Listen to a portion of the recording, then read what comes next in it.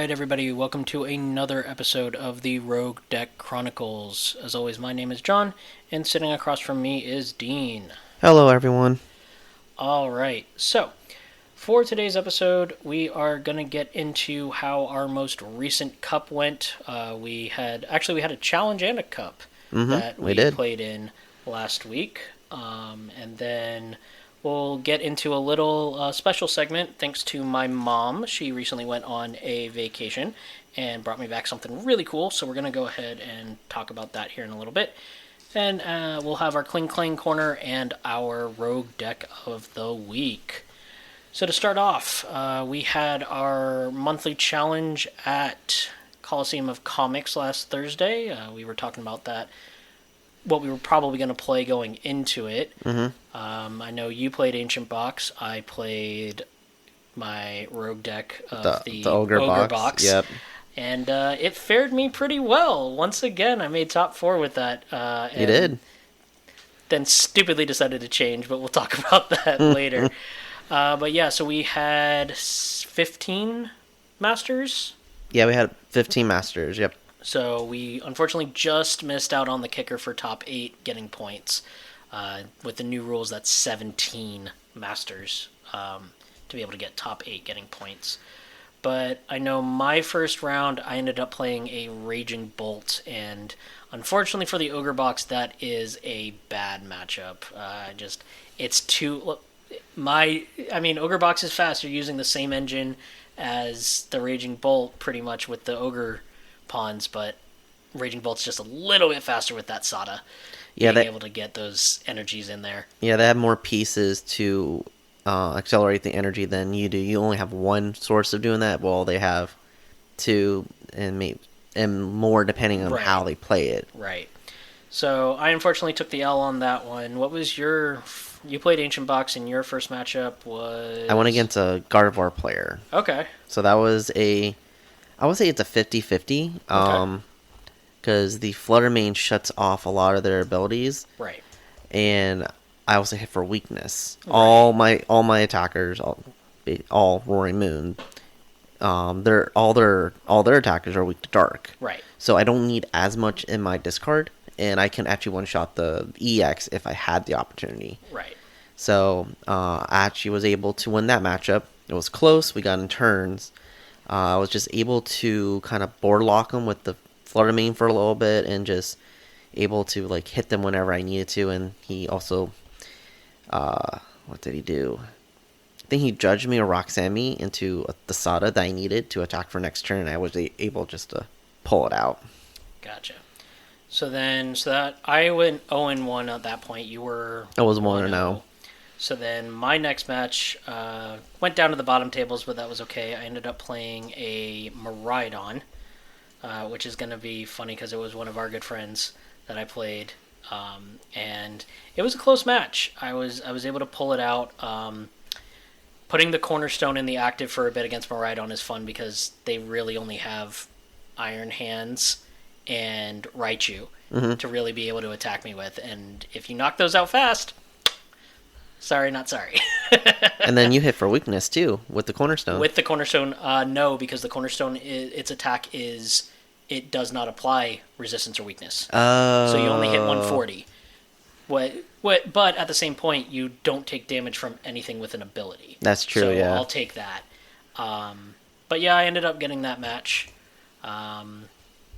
The Cornerstone came in handy in that matchup there, just kind of sitting there for a bit. But that was my match 2. What was your match 2 like? So I went against one of our other good friends, and they were playing a Lost Zone box, which is another decent matchup for Ancient Box. Right. Basically, same strategy. I just try to get 2 Fluttermanes into play to kind of slow down their engine, and just try to attack them whenever I can. It's just... We ended up in a tie. Just 2 single prize decks going at each other with the time limit.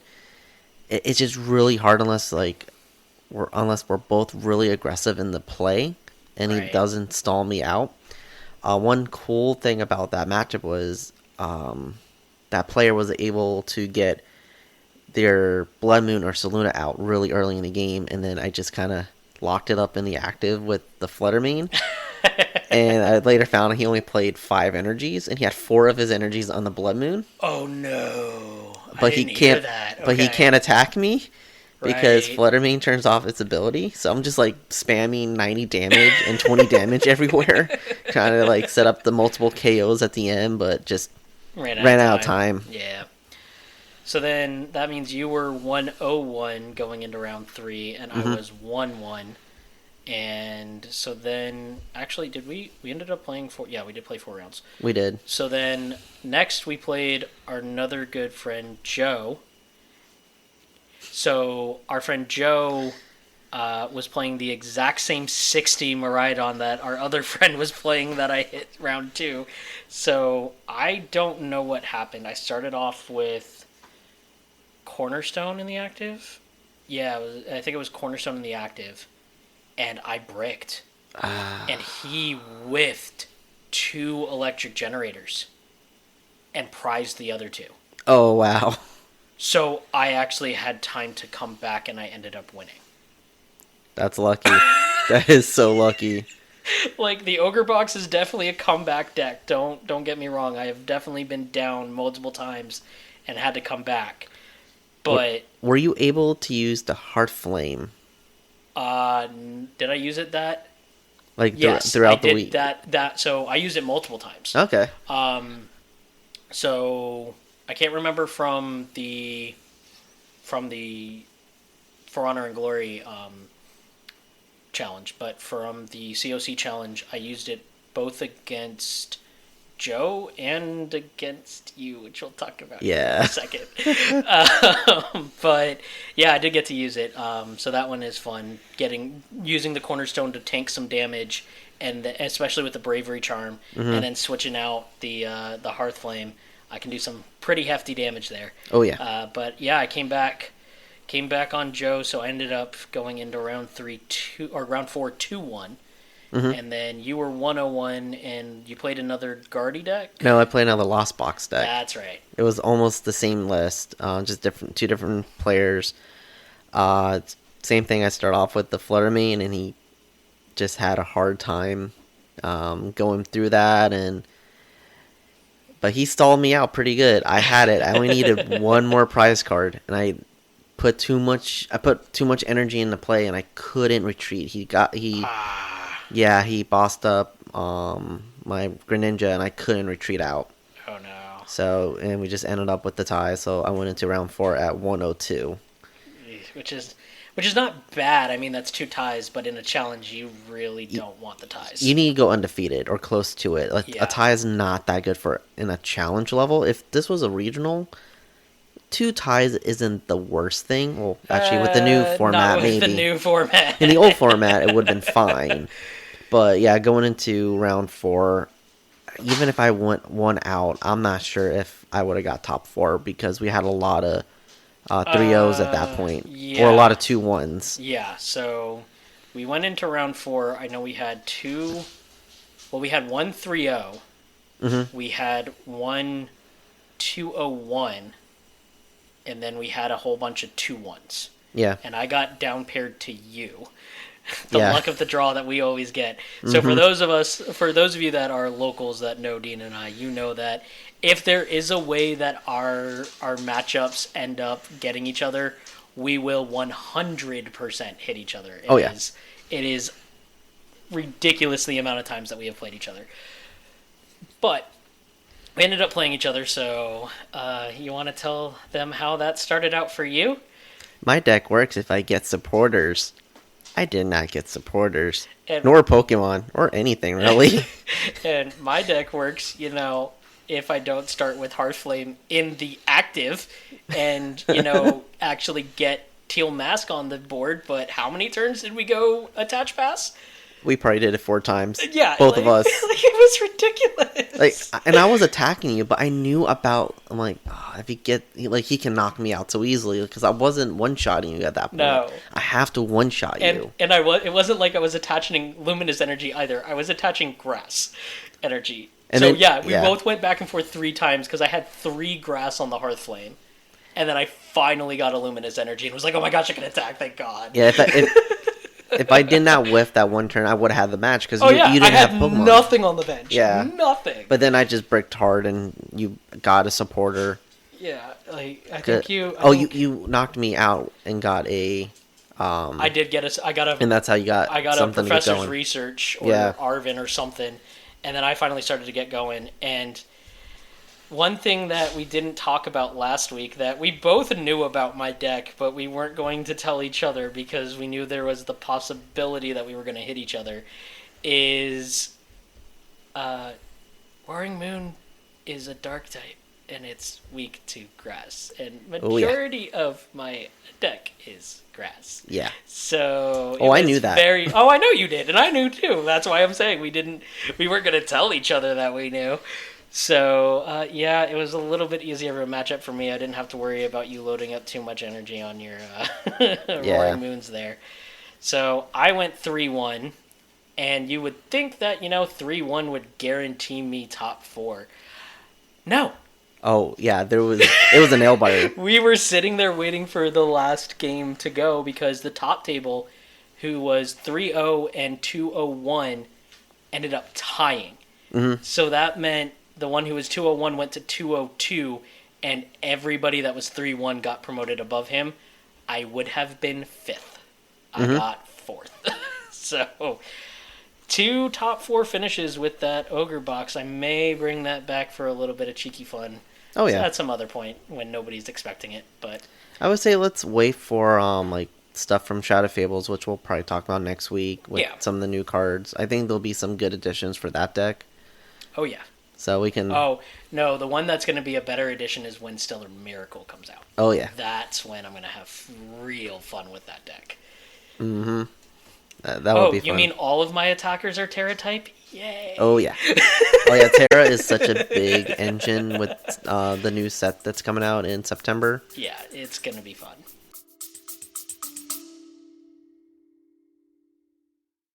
Hey all you rogues out there.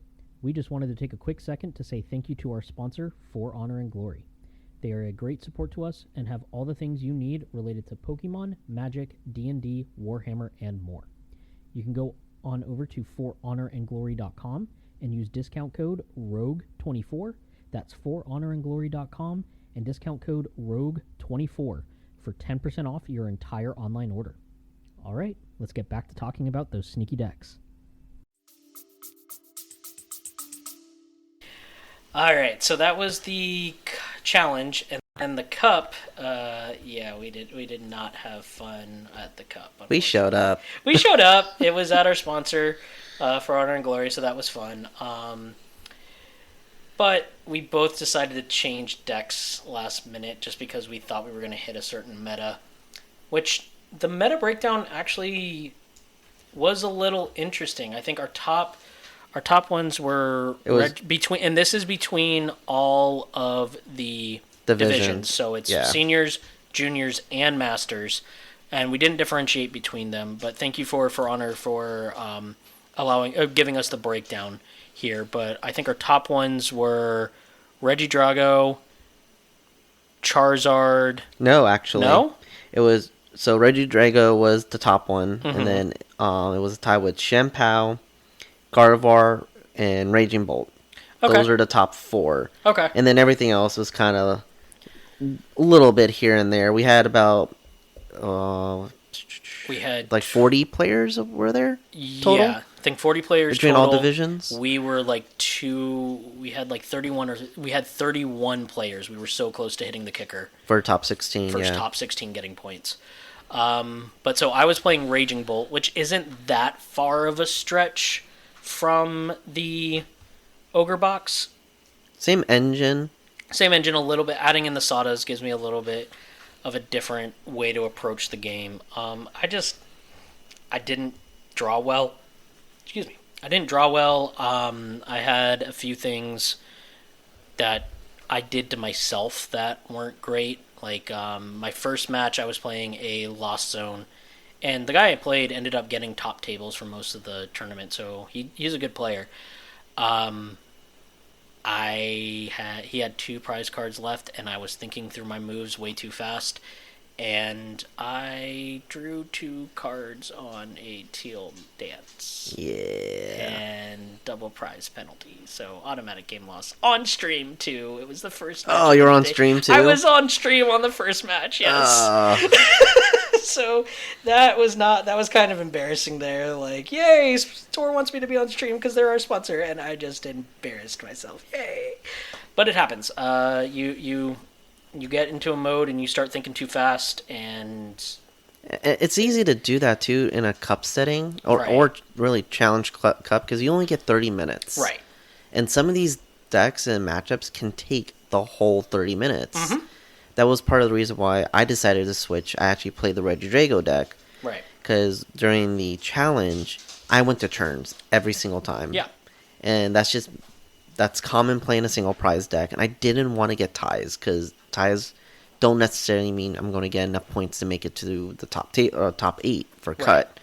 So I want to play something that I can guarantee to actually finish out, which I did do that. Drago is a good deck for that. For my first round, I actually won. I won. It was against a Charizard deck. Yeah. Oh, I'm sorry. No, Dragapult. It was against Dragapult. Which Drago is a good deck against Dragapult because you can spread the damage depending on which ones you do, or use the Gudra to take less damage. The Rolling Iron was big for that one. That and being able to spread with the Phantom Dive. I was able to kind of do that with my opponent. My opponent was a good player, newer to the game. We were talking afterwards, and my opponent just... You can see the inexperience. Right. Nothing against them at all. We were actually talking about later on. I'm like, if you would have told me you only picked this game up a couple months ago, I would say there's no way you're actually playing like a fairly confident person, like 1 or 2 years in the game. So like, what? And I'm like, yeah, you're actually doing really well. Your thinking was there. Like I can see what you were doing, and that player is gonna do great once she learns how to play more. Yeah. So I'm excited to see the growth in her in the next couple years. So then round 2, I ended up hitting a Lugia, which we're going to talk about that deck here in a little bit, so I'm not going to give too much. But it was a close match. He wasn't drawing as well as he would like. But he had a Lugia in the active, and he had a Legacy Energy on it. Mm-hmm. So I didn't want to only take one prize card and put myself on a weird prize map. So I bossed up I Pokemon Catchered up the Wyrdeer that he had in there that he had loaded up the last turn. And he had already played 2 of his bosses. So I'm like, alright, most Lugias run 2, if not 3. And he still had a pretty decent amount of his deck left. So I was like, alright, I'm gonna go for this because he put a Gift Energy on the Wyrdeer and he only had like 2 or 3 cards in hand. So I was taking taking a risk, but it was a calculated risk because he had probably about 20 to 30 cards left in his deck. Yeah. So I was like, all right, there is a very low % chance that he is going to get the boss on this, and I give myself another turn. And I only had 2 prize cards left at that point. Mm-hmm. He pulled the boss off the Gift Energy. Yeah. So, goodbye, Teal Mask. It just happens like that sometimes. It does. And he even said, that was the right move. I didn't have a choice. If I wanted to continue playing the game and not be on a weird prize map, I had to take that shot. Yeah. So, it is what it is. I actually really liked that Lugia deck to the point where we're going to talk about it here later as our Rogue Deck of the Week, because it is a weird build that I don't think is getting enough credit, especially for how it placed at NAIC. Mm-hmm. But we're going to talk about that here a little later. So that was my round 2. Your round 2... was against another Dragapult. Oh, okay. How did that one go? It was close. I wasn't able to get the win. One of my mistakes was I thought he had 4 prizes left, so I thought I had a little more time in doing something, and he was able to just get 3 prizes off of me doing Dragapult things. Yeah. And he was like, this for game. I'm like, wait, what? I thought you had 4 prizes. Like, no, I had 3. I'm like, oh crap, my eyes deceived me. Because I had it to where I had one prize card left, and I'm like, I Gotcha. had it in hand.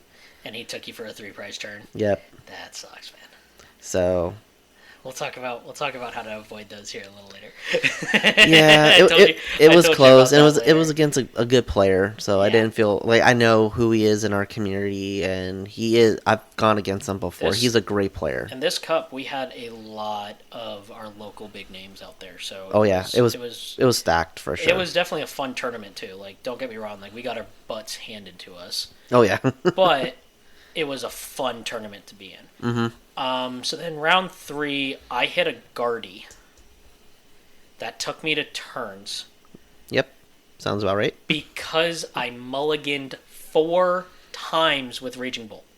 Please tell me how I mulliganed 4 times. You played nothing but basic Pokemon. Thank you! 4 times! And it's not like I pile shuffle. Like, I don't pile shuffle. I don't smash shuffle. I riffle shuffle, which Dean gets on me for all the time because I'm bending my cards. But you're not like our one friend that tacos them. Yeah, that's true. I'm not that bad. But still, it's not like I'm not shuffling the deck. Yeah. And I still mulliganed 4 times. So, a Guardy player with a huge hand to start out with is going to have fun doing whatever they want to do. But the fact that he went to turns, though, like he had all those resources and he still had to go all 30 minutes. Yeah.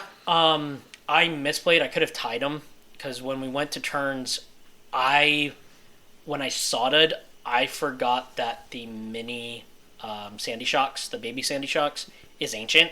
And so I could have retreated and attacked at least a little bit and tried to get more energy back on. But I was trying to go for the knockout on the Guardy. Gotcha. And it would have been close.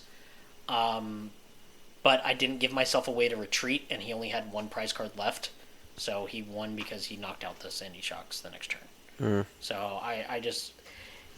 Problems with changing a deck right before a tournament is you don't have enough game time with it to really know the lines. So, I mean, I learned from that. Raging Bolt is definitely a good deck. I think we're going to see a lot of it at Worlds, just because of the fastness of it and how quick it is to set up. Mm-hmm. But, so...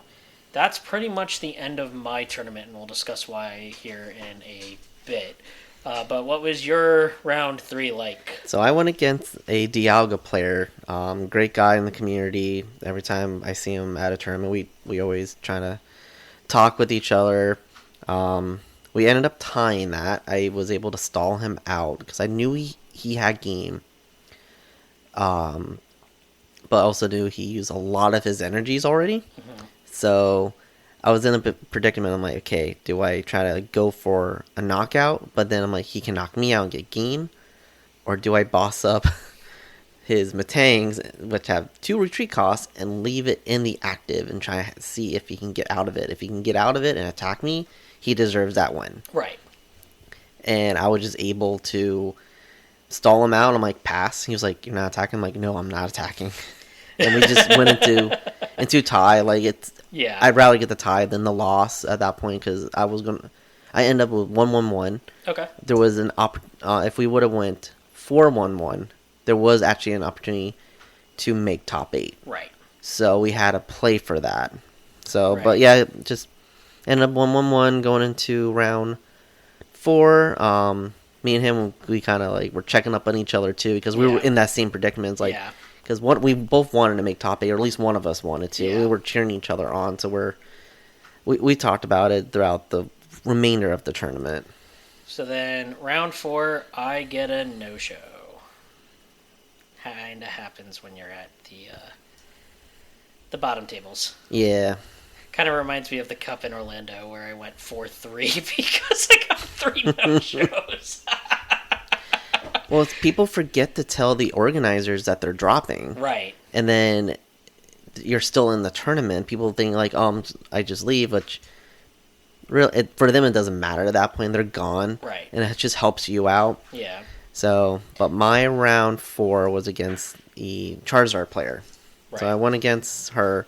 I've known her for the last couple of years. We always talk whenever we go to tournaments. They're close friends of ours. It was close. We both bricked the whole entire game. Yeah. So we're like... looking at each It was other. interesting that she was playing Charizard too. Yeah, she used to play a lot of Lost Box decks. Lost Box and Lugia were her two Yeah. decks that I know that she goes to. So it was interesting that she make that switch. Worked out for her. She actually played the deck really well. Just we both were bricking. Yeah. She took the game because she just bricked one turn less than I did. Yeah. But that's just how it is. But it was close. So I was able to use Teal Mask a lot during that match because Charizard's Dark type and is weak to Grass. So I was able to knock out the Charizards twice, so which was really cool to do because we were talking afterwards. She's like, yeah, a lot of Drago people keep forgetting they can attack with the Teal Mask. I'm like, yeah, you just have to power it up and you just have near matchups. But yeah, she was just able to knock it out or knock me out, and it is what it is. At that point, I knew I was kind of out for making top 8, so we're just debating about dropping and just like trying to save the rest of our night. And then it started pouring raining, so we were like, yeah, we'll just stay for one more round. Yeah, everyone was like that. I got another no-show.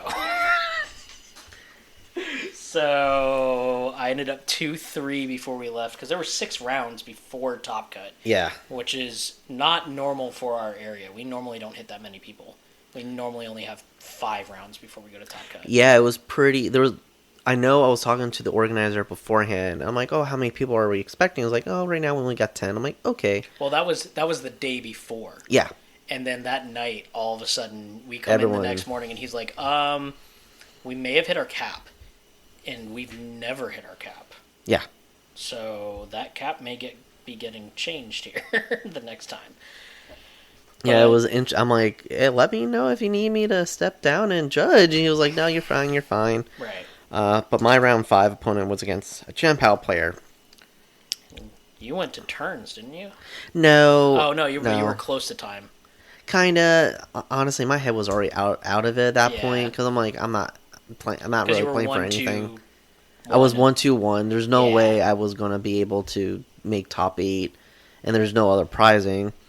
And I didn't play the best. Like I forgot I played the Noivern, which I could have blocked all his attacks. And I'm like, he was like, well, why? And also my hand was horrible in the beginning. Right. I had to discard 2 of my V-Stars. Ugh. And I'm like, I don't know how I'm gonna. It was either and then the Teal Mask doesn't really help you because you really need to be against an opponent that's, loading up energy on their Pokemon as well. And with Chien-Pao, you're discarding like the same with Raging Bolt. You're discarding all that energy, so it doesn't really help you to go attack it with the Teal Mask. Well, if I had a Teal Mask, which I couldn't even get that either. I had like nothing. I start off with the Drago V, and then I chose to research my whole entire hand away because I couldn't do anything, and then my new hand was basically nothing either. Yeah. Like, it was either I just hope he couldn't knock me out, which he eventually did that turn, and I was done, or I try and discard what I had and try to see if I can get something else. I was able to put like another V, or no, I couldn't do a V because I discarded a V too. I think I had to put something in play that wasn't good. So it was just not a good matchup. I was struggling the whole entire time. He knew what he was doing. Chien-Pao did Chien-Pao things. But after that, we saw the weather let up, so we're like, hey, thank you for the opportunity. We're gonna head out. Yeah, we'll see y'all the next time. So that was our cup run. I think we're gonna take a little break for the next couple weeks. I know Worlds is in 2 weeks. Well, just 1 week, because next week we have another cup. We have another cup and maybe another challenge we're going to go to. Yeah.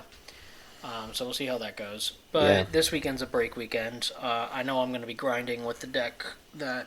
I'm going to be grinding with 2 decks. Going to be grinding the one that I'm probably going to play out for the rest of the format. And then we've got a fun deck that we're going to talk about next week that we're going to try and build on live here and have some fun with. Oh, yeah. The cards come out tomorrow. Or today as of recording date. Yeah, so as of today, they will be released on live. They go technically into stores on Friday, so that's going to be fun. But what we are going to do next is I've got a little pack of Pokemon cards here, Dean. Oh, okay, you got a pack of Pokemon cards. So what? What makes them so special? Well, I guess, again, want to shout out my mom for this. She was delayed in the airport in Frankfurt, and she saw these in one of the shops, and she was like, "Okay, I'm gonna grab these." My mom got us a pack of, I think they are Paradox Rift. Let me see the front. It's Raging Bolt, so I think it's Paradox. It's Paradox Rift, yeah. In German. Oh, that's gonna be awesome. So we're gonna go ahead and open these up here on the podcast. You can hear me actually opening them here. Yeah. They've been sitting, waiting for us to do this for a good time. So yeah, thank you again, Mom, for this. But okay, let's see. Oh, so the names are completely different, and it is in German. It is so cool. All right, so we have. That's interesting. It says phase 1 instead of stage 1. Oh, okay. So that's interesting. So it's not Solosis, it's the Ranunculus? No, Ranunculus is the stage 2. So I have no idea. I can't remember the name of that one. It's Metodos in German. We have a Haunter, which is Alpalo. Pikachu is still Pikachu. Ghastly is Nebulak, which is actually kind of cool. That's Golurk. Golurk is Golgantus. Shaman is still Shaman. Yay, Shaman keeps its name. Oh, cool. So Cypher Maniacs is actually how it was really. Cypher Maniacs deciphering is how it is in English. Mm-hmm. But this is Cypher Maniacs decodering, which... That was the Japanese. The Japanese was decoding. Yeah. Which I, as a cybersecurity professional, like the other version. I don't like deciphering. Then we get... Fortress. Fortress is for Stelka. That's kind of cool. That's Rapidash. Rapidash is Gallipa. And then, do you want a Raging Bolt? In German? In German. No, a Roaring Moon. A Roaring Moon in German. I wish I could play that in my decks. And it's a holo, too. That's really cool. So, yeah. I wonder if the code card is still the same code card. I want to see if I use this on live, if I get German cards instead of that English. would be interesting. That is gonna happen tonight. So that's kind of cool there that we have those. So thank you once again, Mom, for your spur of the moment. Turbo Swing. Sorry, I'm reading the cards. That's really cool. So that was really fun. I've been waiting to open those with you here. Yeah, when I went to Canada, I was trying to find some in French, but You weren't in the French part of Canada. I know. I was being hopeful. You were too optimistic. Because everything in Canada, you have to have French labels. Right. So there's actually some sponsorships where they can't, not sponsorship companies where they have to go with a different manufacturer or something so they can have the French labeling. So it's a little different up there. But yeah, I have to go to Montreal for that next time. All right. So next is going to be our Cling Clang corner, and Dean, I've got a gripe. I think a lot of people got a gripe. What's going on this time? So a lot of people are not happy because I don't know if it's shipping issues, production issues, something's going on, but people are not going to get their Shrouded Fables ETBs until after Worlds. Yeah, I heard about that. It's actually because of a delay in the production of one of the accessories in the ETB. I didn't see what, but because of it, they are getting released, late August now? Ship dates are late August, which means a lot of people who pre-ordered them directly from the Pokemon Center aren't getting them until September. Yeah. If you're a competitor, that sucks. Yeah, you're not getting cards. Yeah, the major source of getting these packs for these mini/holiday sets is the ETBs because you get 10. Right, and with blister packs, I think you get 3. In the the boxes you get more than that, don't you? The blister boxes you get. Oh, I don't know about I know the blister packs. You get 3. I don't know about the blister I think boxes. You get maybe 5. So yeah, the ETBs you get a little bit more. Granted, yes, you also get the sleeves, you get the dice, you get all that, and the promo card. Which actually the promo of, I think it's the Petron EX. No, regular baby. Oh, it's just the regular baby Petron? Yeah. That is banned. It is banned. It's one of 5 cards that are, or 5 or 6 cards that are banned from this Scholar Violet set. So that is going to be interesting, but I know there's a couple of our friends that are going that are scrambling. Yeah. They're not happy. And I think this... I know it's kind of out of PTCI's hands because it's a production issue, but at the same point, you now have... with this set release, you had... Normally, you have about 2 weeks, because normally a lot of people will probably travel Thursday to Friday, get in, and be ready to play a regional on Saturday when we have these release events. And that's okay to an extent. Mm-hmm. You have a little bit of time. Depending on where you're going from, you're traveling all day Wednesday to get to Hawaii to start registration Thursday to possibly play around one Thursday afternoon, I believe. No, so World starts on Friday. It does start on Friday? Okay. But registration's only on Thursday. Right. So it's not like a regional where most you can people go in the are morning, traveling Wednesday to make sure that they're in line Thursday. Yeah. So that way you don't have to worry about it. So you now have already a week and a half instead of a full 2 weeks to try and get these cards. Mm-hmm. You're now making it even harder. I'm sorry, if I was Pokemon, I'd take the L on that and say, hey, to the Japanese players, hey, anything Shrouded Fables is not legal. Because that is, in my opinion, I already don't like that they get the sets a little bit ahead of us. So they already have more playing time. Granted, I understand that all their formats are best of one. Going into a Worlds event, they're going into best of 3. It's different. But they still already have playtime. Like, it's not even like we have the set early released on live for people to practice. People are having to do proxies as best as they can and practice. Like, that's... but they're also not getting tournament experience with it.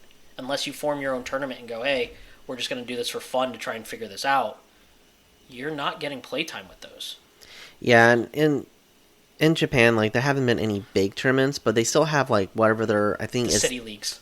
City leagues and gym leagues, which gym, is the gym lower... Which is, like, yeah. the challenge level. But still, they have, like, a structured tournament that they can go to. They've had access to these cards for a little bit now. They've had them for almost 2 months. Has it been 2 months? Yeah, they normally get their set 3 months before us. So they already have all the experience, and they have these cards. Yeah. And everyone in the TPCI umbrella, they're going to be struggling because these shops know about this issue, so and because of the demand, they may charge way more than normal. Which I'm glad that our sponsor has kind of stated that they're not going to really do that. Yeah. Which is great. They want to make sure their player base gets to play. If they have the ability to help them out, they will. Mm-hmm. But I know that there are some stores that will 100% price gouge. Oh, yeah. And it's like, come on. You know these people are trying their very best just to get these cards. They're already in a predicament to begin with, and now you're making it even harder. Like, this is just a bad situation. I personally think Pokemon needs to kind of step up and at the very least apologize. Like, they haven't made a public apology about it. Again, I understand production is outside of their realm. Like, it's not their fault. But it's still causing your players issues. You should step up and own it. Especially at the biggest tournament that they want all season. Right. So... Like, okay, maybe if it was a regional... Okay, to me, that wouldn't be as big of a deal but this is the premier even if it event. was IC, like, if this happened going to NAIC, I'd be like, alright, like, it happens, but this is Worlds. Like, I think there's gonna be some gripe that's gonna be stated, and I'm hoping that there's a statement that's made either before Worlds or at Worlds. Yeah. About this, but... So that's Cling Clang Corner. As always, you can reach out to us, let us know. I know I've already talked with some of our locals about this, and especially some of the Poke parents that are stressing, trying to make sure their kids have the cards for this here. So yeah, we'll see what happens there. But I think it's time for what we've all been waiting for, Rogue Deck of the Week. Oh yeah. All right. So as we kind of talked about a little bit earlier, the Rogue Deck of the Week this week is a Lugia deck. Now, Lugia archetype obviously is not a Rogue deck. Lugia archetype has been around for ages. I'm going to be actually kind of sad when Lugia rotates next year. But the way that this is being played, I haven't seen a lot of. We actually saw, I'm pretty sure most of the Lugia decks at this last week were actually playing it. But two of the three, yeah. Two of the three, okay. So, but we're looking at the Szymanski list. Mm-hmm. So for those of you that don't know, Szymanski actually made top 20. He made top 32. 32. He was like, I think 22nd or something like that. Yeah. With it. And so most Lugia decks that you see, they're going to play one Lumineon to, be able to probably go get your Jacq at the beginning and get your Archeops. Because without your Archeops in the discard and then Summoning Star to get them back out, you ain't playing Lugia. Mm-hmm. So, what we see here is there's 2 Lumineon, 2 Iron Hands, a Bloodmoon Ursaluna, which is par for the core now, a Wyrdeer, and a Drapion. No Cinchinos. I was going to say, you forgot the Cinchinos. No? Yeah, no cute little ferrets. Sorry. What? Nope. So, reason being, your Wyrdeer is doing 40 for every energy attached to it. So that's pretty nice there. You can, with 5, you're doing 200. With 6, you're doing 240. Mm-hmm. So you're doing a decent amount. You're taking out a decent amount of basics there. Your Drapion is for one specific matchup, and it's a dark type. So what is that Drapion V for, Dean? The Mew VMAX, right? Oh no, wait, that's last format. It's for the Gardevoir. Yep. So I've been grinding a little bit the past couple days with this after playing against it. I'm like, ooh, I like this. I remember you're like when we found out the list, you're like, "What's with the Drapion?" I'm like, and then I hit a Guardian. I was like, "Oh, that's what it's for." Okay, cool. Remember what I said? It's for the Guardian matchup. You're and like, I was huh? sitting there like, why? Oh wait, Guardian's weak to dark. Got it. Yeah. Oh yeah. And you can hit the perfect math for it. Oh yeah, it does 380. Mm-hmm. 380 against the Guardian. And even if you're in a pinch and you need to use it as a regular attacker, 190 isn't bad either. No, not at all. The other thing that I found interesting in here is you're running the 2 electric energy because you're going for Iron Hands in Guardia as well, or Ancient Box, stuff like that. Your lower 1 prizers where you're wanting to try and take 2 off of them. Or if you're playing a Zard, turn it into a 3 prize turn.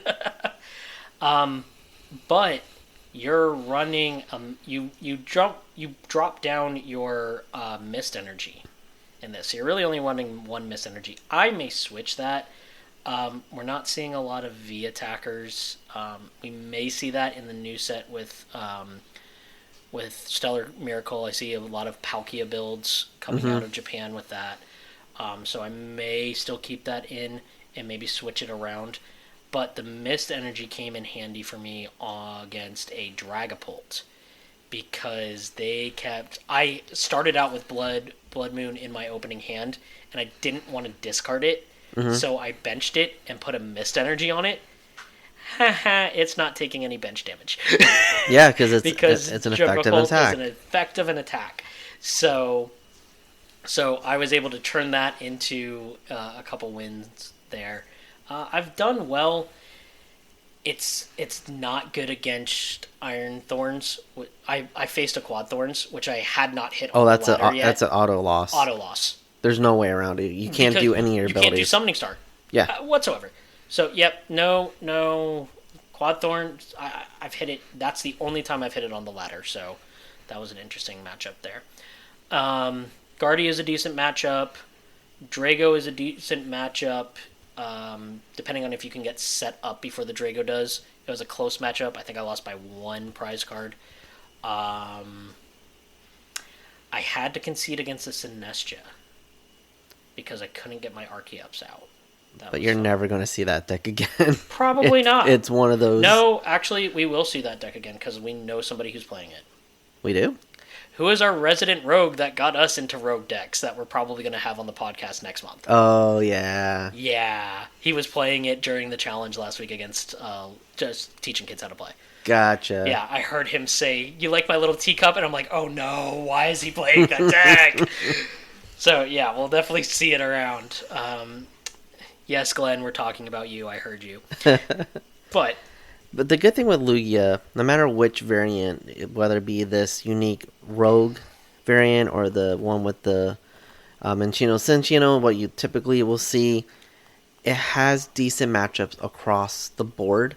Yes, you have some, maybe, your worst matchup is anything with Iron Hands, but a lot of those decks are playing other Pokemon too, so you can just play around that. Miraidon and Iron Thorns are going to be your hardest decks. Which are dropping off. I don't know. Miraidon, we've been seeing a big pickup in locals lately. So yeah. We'll see how that goes. The one tech in here that I do like, they are running you're running two Mesagoza instead of one. The old decks. Also, when this format first started, you were running a crap ton of Carmines to try and get those to start off. Yeah. I'm running one.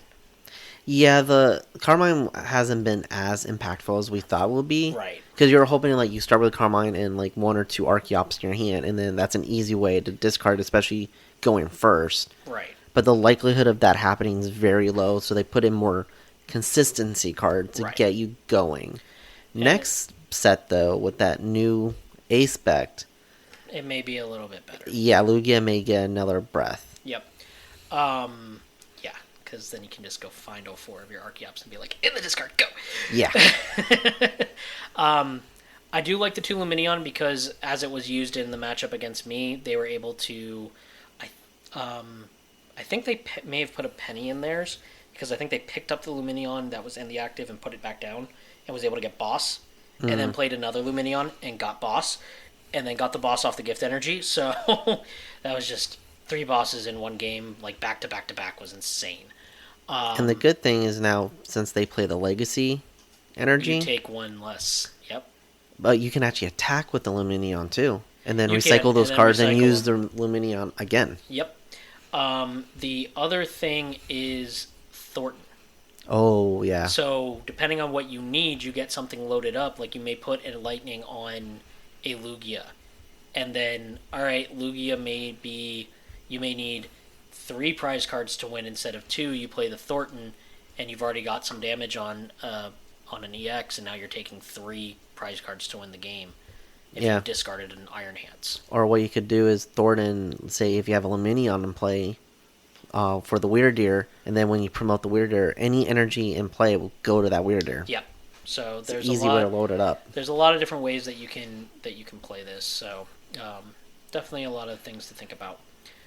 But that's the Rogue Deck of the Week. We'll definitely post that into the show notes here. But that's really all I've got for this week. How about you, Dean? That's all I got. Just we're taking it easy after a very challenging week of tournaments. We're going into another weekend of tournaments next weekend at our couple local stores. Yep. Just trying to enjoy Pokemon, seeing any new content that's out there, and just keeping our eyes out of more potential rogue decks to feature. Alright, everybody. Well, that's it from us for the week. Keep having fun playing your sneaky decks through the seasons. Have a good night, y'all.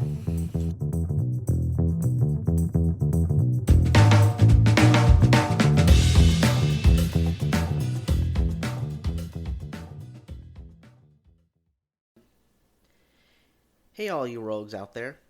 We just wanted to take a quick second to shout out our sponsor and one of our home leagues at For Honor and Glory.